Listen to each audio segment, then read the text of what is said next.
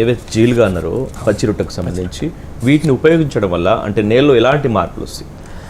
వీటి వచ్చేసి 2 విధాలమైన ఉపయోగాలండి. ఒకటి, మనకి న్యూట్రిషన్ వాల్యూస్ పెరుగుతాయి.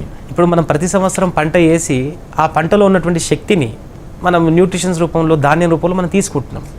ఒక వరి పంట పండించామనుకోండి, అక్కడ దాదాపుగా సుమారుగా 30 కేజీల నైట్రోజన్ డెఫిషియన్సీ వస్తుందండి ఇక్కడికి ఒక ఎకరం పండిస్తే.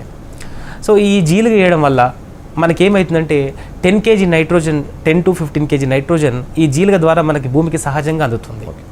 అదేవిధంగా సేంద్రియ కర్బనం ఎలా డెవలప్ అవుతుంటే, ఇప్పుడు మన భూమి లోపల ఉన్నటువంటి ఏదైతే బ్యాక్టీరియా ఉందో, ఎప్పుడైతే ఇది కుళ్ళిన తర్వాత ఈ జీలుగ తొందరగా కుళ్ళిపోతూ ఉంటుంది. ఇది కుళ్ళిన తర్వాత ఆ బ్యాక్టీరియాకి ఇది ఆహారంగా ఉపయోగపడుతుంది అది బతకడానికి.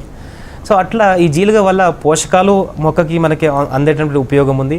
గుడ్ బ్యాక్టీరియా డెవలప్ అవుతుంది. ఈ జీలుగకి వేరు దగ్గర చూసుకున్నట్లయితే పప్పు జాతి విత్తనాలకి బొడిపలు ఉంటాయి. ఈ బొడిపల దగ్గర రైజోబియం బ్యాక్టీరియా నివాసం ఏర్పడుతుంది. సో ఇదేం చేస్తుందంటే బ్యాక్టీరియా అభివృద్ధికి ఉపయోగపడింది, సేంద్రియ కర్బనానికి ఉపయోగపడింది జీలుగ వేయడం వల్ల. ప్లస్ ఈ బ్యాక్టీరియా, కొన్ని రకాల బ్యాక్టీరియా ఇది డీకంపోజ్ అయిన తర్వాత వాటికి ఆహారంగా కూడా ఉపయోగపడుతుంది అనమాట. కానీ కరెక్టే, జీలుగా సంబంధించిన ఇట్లాంటి విత్తనాల్ని ప్రభుత్వం ప్రతి ఏటా ఇస్తుందా, లేకపోతే బయట తీసుకోవాలా రైతులు? లేదండి, ప్రతి సంవత్సరం ఇస్తుంది. ప్రతి సంవత్సరం కూడా సబ్సిడీతో ఇస్తుందండి. దాదాపుగా 25 కేజీ బ్యాగ్స్ ఉంటాయి. అవి 25 to 30 కేజీ బ్యాగ్స్ ఉంటాయి. దీంట్లో ఎకరాకి 12 కేజీలు వేస్తే సరిపోతుంది రైతు.